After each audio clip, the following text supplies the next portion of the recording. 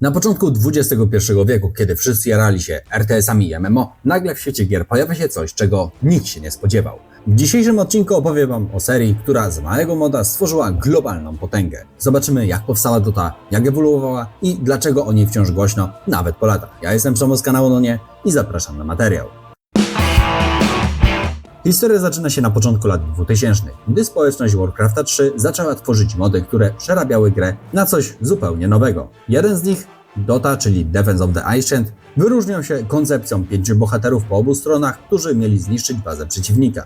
Początkowo był to fanowski mod do Warcrafta 3 Reign of Chaos i The Frozen Throne. I to właśnie dzięki niemu powstał gatunek, który podbił e-sport, Twitcha i stał się fundamentem miliardowego rynku MOBA, czyli Multiplayer Online Battle Arena.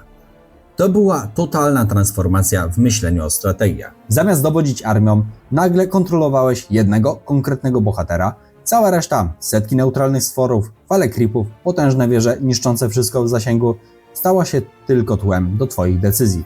Nie były Twoją armią, one po prostu istniały i napierały swoim rytmem, a Ty musiałeś się do tego rytmu sprytnie dostosować. Rozgrywka przestała być pojedynkiem dwóch imperiów, stała się bitwą 5 ludzi przeciwko 5 i każdy z Was musiał wykonać swoją rolę, bo inaczej cała drużyna leciała z mapy w kilka minut. Mapa była w 100% symetryczna, podzielona na linie i lasy. Pełna punktów kontroli, cel był banalny w teorii i piekielnie trudny w praktyce. Zniszczyć Asia, czyli gigantyczną strukturę w centrum wrogiej bazy. Proste?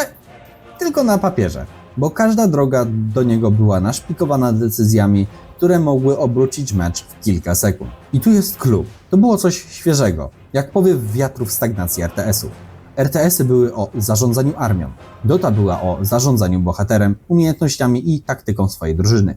Pierwszą wersję Doty stworzył anonimowy moder znany jako EUL. W 2003 roku, korzystając z edytora map do Warcrafta 3 Reign of Chaos, zaprojektował scenariusz inspirowany wcześniejszą mapą Ion of Strife ze StarCrafta. To on nadał nazwę Defense of the Ancient i ustalił podstawową strukturę rozgrywki. 2 drużyny, 3 linie, bohaterowie z unikalnymi umiejętnościami, fale jednostek sterowanych przez AI. To była surowa, ale przełomowa koncepcja. Po premierze dodatku The Frozen Throne społeczność zaczęła tworzyć własne wersje Doty. Najpopularniejsza z nich to Dota All Stars, łącząca bohaterów z różnych wariantów mapy. W rozwój tej wersji zaangażowanych było kilku twórców, jednak najważniejszy z nich był Steve Freak, znany pod pseudonimem Ginzo, który przejął rozwój Dota All Stars w połowie lat 2000. To on rozbudował system przedmiotów, wprowadził receptury, czyli łączenie itemków, ustabilizował balans i nadał mapie bardziej konkurencyjny charakter. Ginzo później współtworzył League of Legends, co pokazuje, jak ogromny wpływ miała Dota na cały gatunek MOBA. Ci z Was, którzy grają w LoL'a, wiedzą już więc, do kogo nawiązuje przedmiot Ostrze Gniewu Ginzo.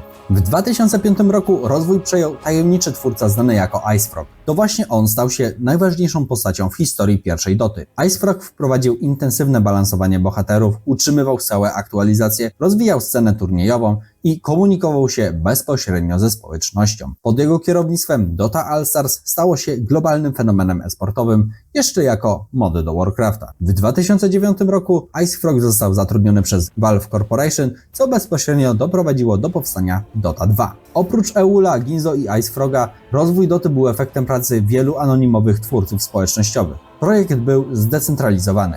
Mapę rozwijano, przekazywano sobie między autorami, ulepszano i balansowano wspólnie. To jedna z pierwszych tak dużych produkcji, która wyrosła całkowicie oddolnie, zanim trafiła w ręce dużego studia. Dota rozrosła się dzięki społeczności, mapy były modyfikowane, balansowane, ulepszane. Wystarczyło trochę czasu, by gracze z Azji, Europy i Ameryki zaczęli widzieć w tym nie tylko zabawę, ale e-sportową rywalizację. Dota urosła do rangi fenomenu, zanim ktokolwiek poważnie myślał o robieniu takiej produkcji od zera. Dota była oparta o silnik Warcrafta 3, z tym, że każdy bohater miał zestaw umiejętności. Każde starcie to było starcie umiejętności, pozycji i decyzji. Sukces w Docie przychodził z kilku rzeczy naraz. Musiałeś dogadać się z drużyną, zsynchronizować inicjacje i wycofania. Wybór bohaterów miał kolosalne znaczenie, każdy pełnił inną rolę, ale złe połączenie rozwalało cały draft. Do tego zarządzanie złotem i doświadczeniem, kiedy farmić, kiedy walczyć, kiedy odpuścić. No i wreszcie wspólny nacisk na cele, wieże, Roshan, linie. Tu nie wygrywał ten, kto miał najwięcej fragów, tylko ten, kto rozumiał mapę. To była odważna innowacja, która zaczęła rodzić streamerów, turnieje i fanpage,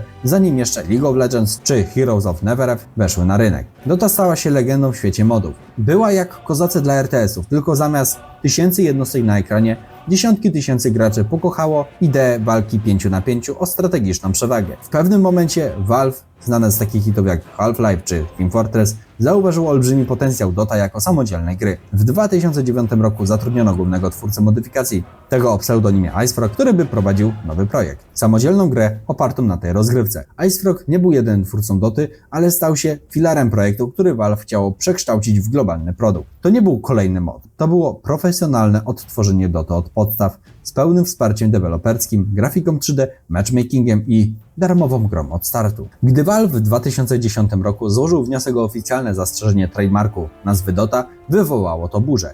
Blizzard, właściciel gry Warcraft 3, z której wywodził się mod, uznał, że Dota jest kojarzona z ich grą i społecznością i zgłosił sprzeciw do Urzędu Patentów i Znaków Towarowych w USA. Blizzard argumentował, że to jego narzędzia i społeczność stworzyły mody, więc nazwa Dota nie powinna trafić w ręce innej firmy. Riot Games również złożył własne roszczenia, bo wcześniej nabył prawa do Dota All Stars, czyli innej wersji moda. Ten moment to prawdziwy sądowy dramat. Dwie potęgi branży grają w prawdziwą wersję starcia, które śledzi cały świat gamerów. 2 lata później, w maju 2012 roku, Blizzard i Valve doszli do porozumienia bez długiej, kosztownej bitwy sądowej. Valve otrzymało wyłączne prawo do komercyjnego używania nazwy Dota, czyli mogli używać jej w grach, turniejach i produkcjach. Blizzard zachował prawo do niekomercyjnego korzystania z nazwy w ramach modów i materiałów tworzonych przez społeczność. Blizzard musiał nawet zmienić roboczą nazwę swojego własnego projektu z Blizzard Dota na coś innego. I tak narodziło się Heroes of the Storm. To było jak traktat pokojowy w świecie gamingu. Dwa giganty zgodziły się iść w swoją stronę bez kolejnych batalii sądowych. Co to oznaczało dla praw autorskich? Ta sprawa jest niezwykle ciekawa, bo Dota nie była grą w tradycyjnym sensie, tylko modem stworzonym przez społeczność przy użyciu silnika Warcraft 3. Prawa autorskie do elementów gry teoretycznie należały do Blizzarda, bo to były ich oryginalne zasoby, jak modele, mapy oraz skiny i silnik. Natomiast prawa do samego konceptu Dota, nazwy, rozgrywki, świeżych miejsc i elementów dodanych przez społeczność były w rękach twórców moda i później przekazane Valve. To wyjaśnia, dlaczego Dota 2 wiele nazw i elementów musiało zostać zmienionych albo przerobionych. Valve musiało się upewnić, że żadna własność intelektualna Blizzarda nie jest łamana. Po podpisaniu umowy Valve kontynuowało pracę nad Dotą 2, oficjalną, samodzielną kontynuacją Dota. Tym razem niezależną od Warcrafta 3 i o wiele bardziej rozbudowaną. Premiera miała miejsce 9 lipca 2013 roku na Steamie. Tytuł szybko stał się jednym z filarów e-sportu z własnymi, ogromnymi turniejami, jak The International, oferującymi milionowe pule nagród. Valve wzięło mechaniki z pierwowzoru i po prostu je dopracowało. Bohaterowie znani społeczności dostali nowe modele, animacje i dopieszczone umiejętności. Każda postać była jak osobne narzędzie, wymagała praktyki i precyzji. System itemów pozwalał budować postać na dziesiątki sposobów, dopasowując je do konkretnej sytuacji meczu. A do tego doszedł cały ekosystem, rankingi, ligi, turnieje, struktura, która sprawiała, że Dota 2 stała się jedną z najważniejszych gier sportowych świata. I to zadziałało. Od premiery Dota 2 stała się jednym z najważniejszych tytułów świata gamingowego, nie tylko pod względem graczy, ale i ekosystemu e-sportu. Kiedy Valve wypuściło Dota 2, to nie była kolejna gra online. To od razu stało się jednym z filarów współczesnego gamingu. Co roku pojawiały się wielkie turnieje Valve, The International, imprezy, które przebijały rozmachem większość wydarzeń e-sportowych na świecie. Pule nagród zaczynały się od setek tysięcy dolarów, a kończyły na dziesiątkach milionów. I to nie dzięki sponsorom, tylko crowdfundingowi, gdzie gracze dorzucali się przez kupowanie przedmiotów w grze. Codziennie do matchmakingu wchodziły miliony ludzi, setki bohaterów, tysiące możliwych buildów, ciągle zmieniająca się meta, jak w prawdziwej, profesjonalnej lidze sportowej. Każdy patch potrafił wywrócić wszystko do góry nogami i zmusić zawodników do nauki gry od nowa. To nie była już moda ani chwilowa ciekawostka, to był globalny fenomen porównywalny z wielkimi e-sportami. Dota 2 nie tylko podbiła scenę, ale stała się jednym z filarów współczesnego e-sportu. Dota nie jest tytułem, który ogarniesz po 2 godzinach. To bardziej ultramaraton dla głowy. Masz ponad 100 bohaterów, każdy z własnymi umiejętnościami, tempem gry i stylem. Są role carry, support, offlane i roamer i każda z nich wymaga innego myślenia o mapie. Drafty i piwki to osobna sztuka. Kto zostanie wzięty, w jakiej kolejności, jak skontrować przeciwnika, to często decyzja o wyniku jeszcze przed pierwszą minutą meczu. Do tego dochodzą przedmioty, buildy, timingi, jedna zła decyzja w sklepie i nagle nie masz narzędzi na kluczową walkę. Map control, wizja, Roshan, ruiny, last hity. Jeśli ustawiasz złe priorytety, możesz przegrać mecz, mimo że mechanicznie grasz lepiej. Tu liczy się plan, cierpliwość i zimna krew. Dota 2 to już nie jest mod, to fenomen światowy, który nadal przyciąga miliony graczy i widzów na Twitchu.